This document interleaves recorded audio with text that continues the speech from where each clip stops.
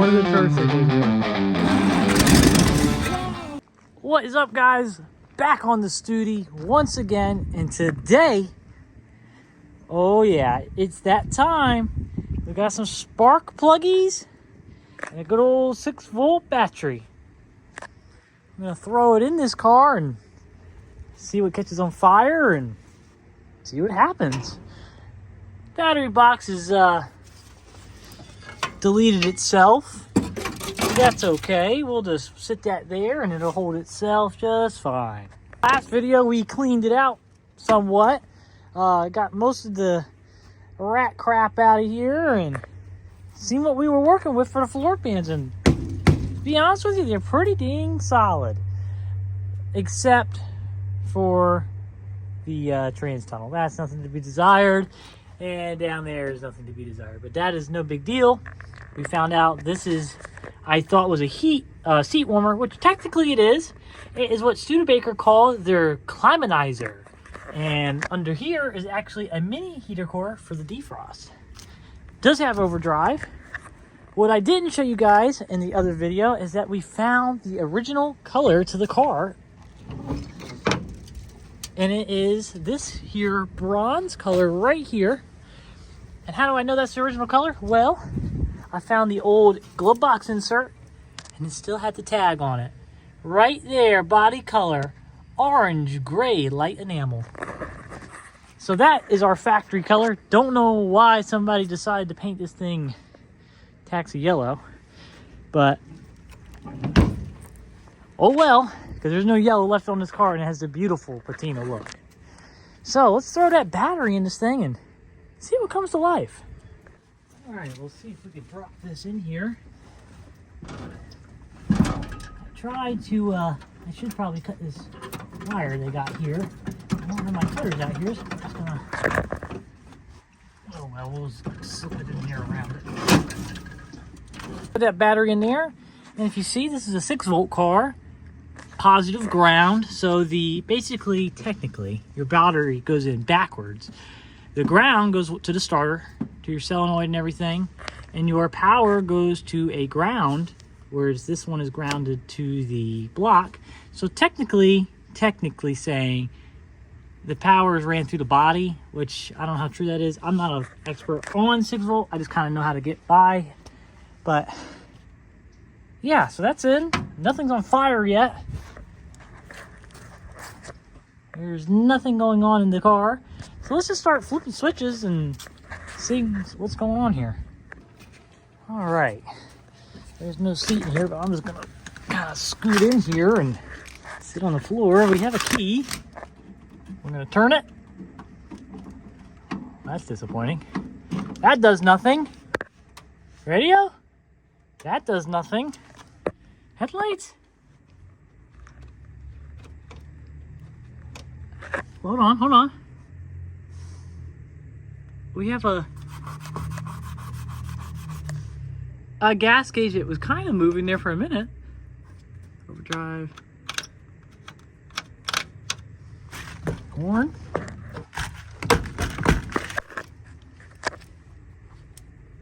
I don't know if these are pull switches or maybe the key's got to be on. You can actually see, sorry, my finger's in the way. Gas gauge is doing some crazy things. Well, this is disappointing. All right, turn signal.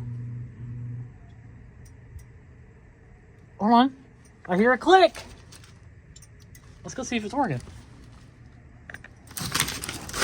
It's negatory. Okay. Well, have it the other way. This is.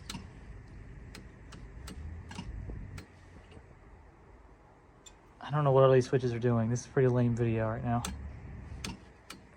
I'll be right back until something does something. Trace this red wire, which is going to the starter solenoid, so it looks like we have a starter button on the floor on this car. Obviously, it's seized. So we're going to try to bypass that and see if we get this thing to spin over with 6 volts. I got my power probe out. I didn't know if it was going to work with the 6 volt, but it does. So we are going to try to jump this starter solenoid and see if it works. No, not a good connection. Oh. Oh yeah. Starter works with the 12 volts. That's great. Now we need to figure out, are we or are we not getting power to the coil? Coil is mounted right here upside down. 4.0 volts. It's hard to get to. Let's see if it gets to the other side of the wire, because I believe, no. We'll go here and check the ground. 6 volts at the ground. All right, maybe do some poking around. We'll be right back. As I was poking around, I figured to take off the cap of the rotor. And honestly, it looks pretty good in there. Obviously, the point's going to need to be sanded. Inside the cap looks decent. I think we'll be able to get it to run if we can get some juice to this distributor out of this old ancient coil. This thing will most likely have spark. I'm setting the points right now. We sanded them, but if you see here, I don't know if you can see that. There is, I can see, there is a points gap, looks like. There is a bit of a points gap there. We're going to check that, make sure that is the right gap. It's hard to see it way down there. There's so much stuff on top of this. But, and then throw a plug in there, turn the key and see if we have spark. Found another problem as well. So this is the rotor out of the car that was currently in it. And if I get this to focus. All right, see how this has a groove right here. So a lot of times on the old cars they'll have a clip there, and that's what holds it from spinning on the shaft. It's basically like a keyway. Well, it's not in there. This was just floating around, not even, well, it was probably spinning, but not correctly. Luckily enough, I have one, and you can see it actually has that flat. Where did I find this? This was under the seat of the car. It's rusty, but it looks in decent shape. We're gonna clean it up and throw it in there, and you never know. This might be our key to spark. And it's free, so we'll give it a try. Like that with some wire brushing, this thing looks brand new. Yeah, right, but it'll work. Let's pop this baby in. Turn the key on, and we're just gonna roll this thing over with everything attached and see if we have spark. Let's see. Oh! We have spark. It's very faint, but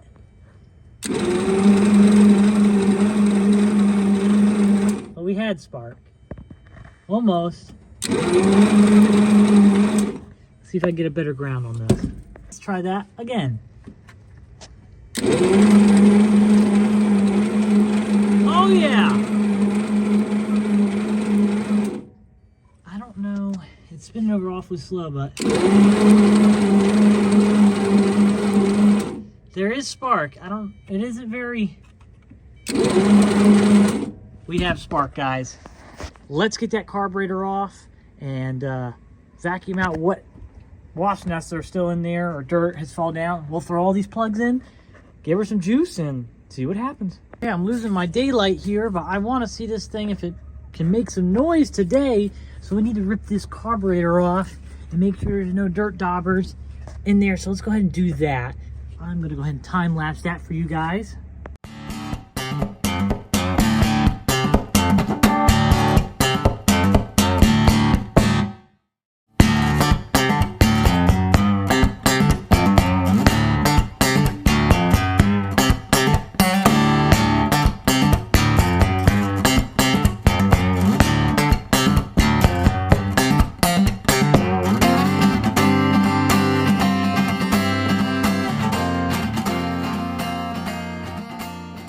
All right, we got that off. I couldn't get that fuel line off. I need to spray it down, but it'll be all right. Car could just chill out over there. It's rusty, but it'll be okay. Just to see if it'll run. Let's throw the spark plugs in and see what she'll do.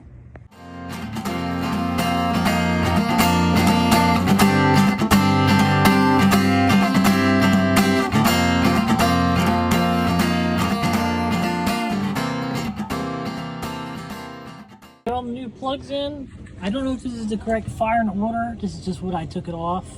When I took the plugs out, that's the order they were in. So we're going to try that first before I go digging for a firing order on this car and seeing if the distributor's in there. But the distributor looks like it's never been out.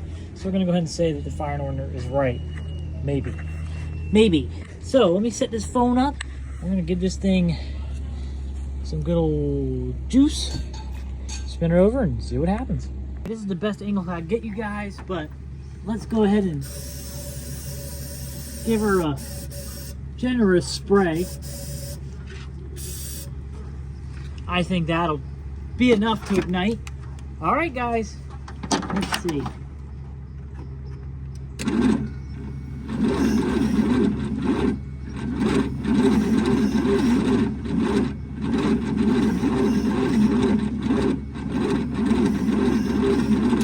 All right, as you can see, my ground is smoking, so that's not ideal. But she's not popping off.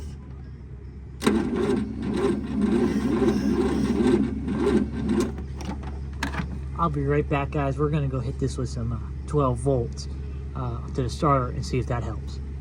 We got the junk box hooked up to it. Power's on. We should just be able to ground this somewhere. And hold on.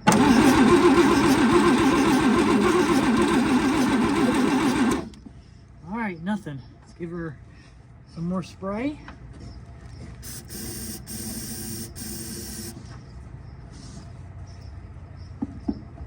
I see some smoke. My bulldog does not approve the car.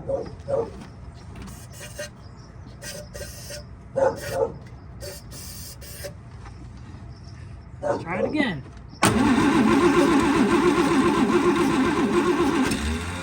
Oh, did you hear that? It was a puff. Oh yeah, she's gonna go, guys.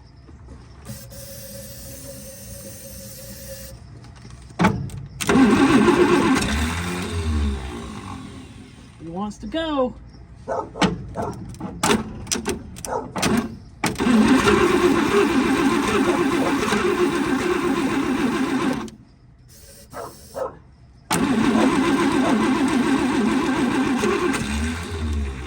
wants to go. Come on, baby. Let's try. Let's set you guys up a little better. Let me try. Let's take a look at the carb here and make sure if there's nothing in this carb, I might just stick it on there so we're not getting so much air. Honestly, I'm gonna blow this out with some brake clean and stick it on there, and maybe that'll give it a little more. It's getting so much air right now.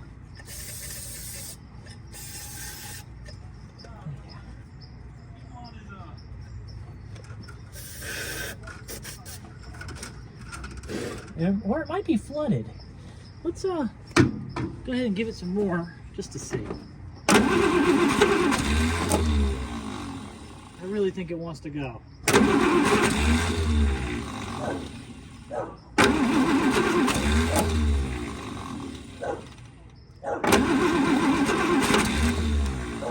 It wants to go so bad.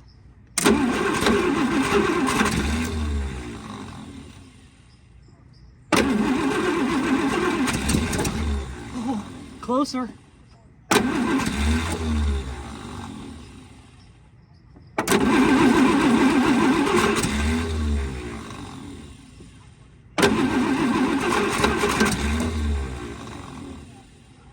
I think we need to bolt that carb on there.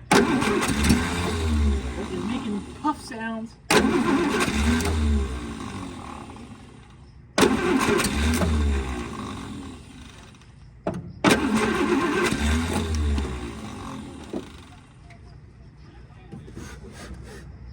Lots of smoke.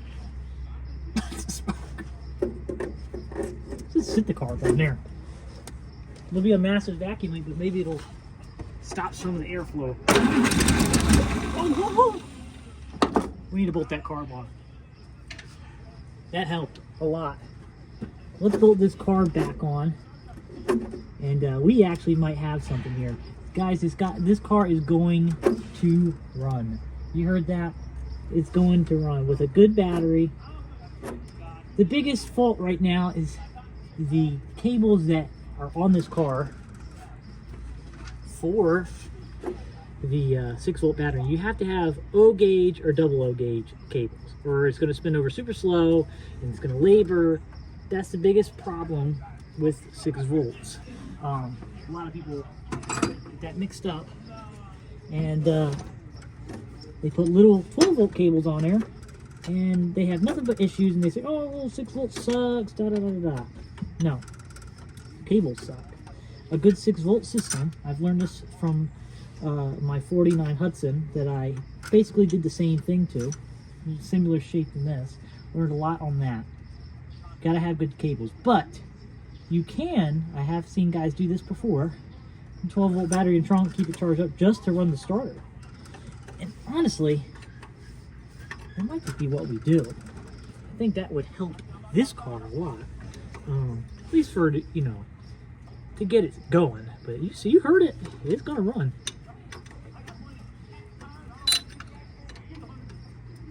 If we could just get, I know this gasket's probably shot and it's gonna have a vacuum leak. I wish I get this choke to stay open. We might have to do the old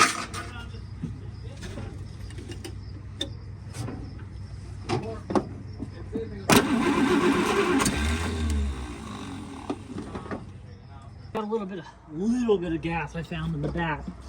I'm just gonna load it up on that, maybe. Yeah. Maybe not. These stupid new cans. Oh, now it's all over the car. Probably gonna catch fire. All right, let's try it again. Whoa! Oh, she's gonna run. She's gonna run. Where's my brake cleaner? Thing fired right up.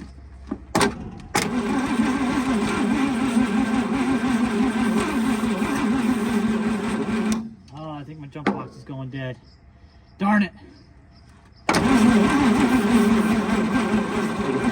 Oh, damn. Guys, I hate to end it there, but my jump box is dead.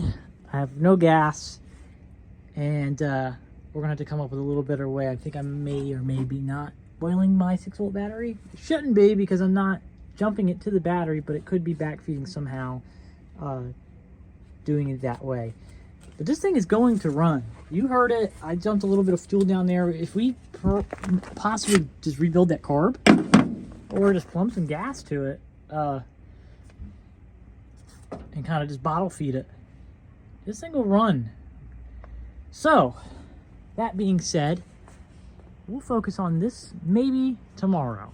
But that's going to be the end of this video. I hope you like watching me bring this old Studebaker back to life. It's definitely going to be a long road to get it on the road, but we are getting there pretty fast, and we're doing it pretty cheap as well. Right now, we only have about $250 in it. We bought $100 tires, and I spent $120 on the battery, so we're about $220 in it actually. So we're not too invested right now, but this motor's going to run, and if we get this thing to run into idle, I have no doubts in my mind that this thing will be fine on the road. When we get to see if the clutch is stuck, and if that's not stuck, I'd be very surprised, but maybe we'll actually get to drive this thing.